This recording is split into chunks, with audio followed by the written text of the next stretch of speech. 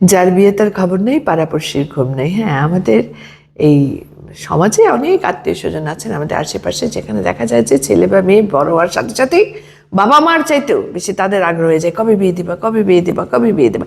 এবং এইসব কারণে বাবা মাও জেরবার হয়ে যান, গুটিয়ে যান নিজেদেরকে, এবং মধ্যে দিয়ে দেখা যায় যে ছেলে বা মেয়ে যার একটা সুন্দর একটা ভবিষ্যৎ নিয়ে স্বপ্ন দেখেছিল, হয়তো পড়াটা কমপ্লিট করতে চেয়েছিল, স্পেশালি মেয়েদের ক্ষেত্রে আমি বলবো, সেই স্বপ্ন ভেঙে চুরমার হয়ে যায়।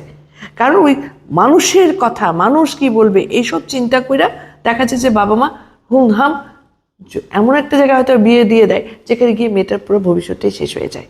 মেয়েটাকে নিজের পায়ে দাঁড়ানোর তো প্রশ্নই আসে না।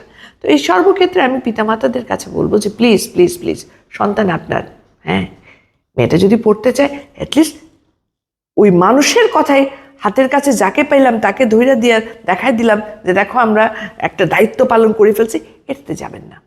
বুঝে শুনে আগান, বাট মানুষের দ্বারা নিয়ন্ত্রিত হয়ে নেয়। টানবে কিন্তু, গড ফরবিড যদি কিছু হয়, আপনার সন্তান, তখন কিন্তু আর এই কবে বিয়ে দেওয়া পাবলিকরা এসে সে দায়িত্ব মাথায় নেবে না। Remember, that's it.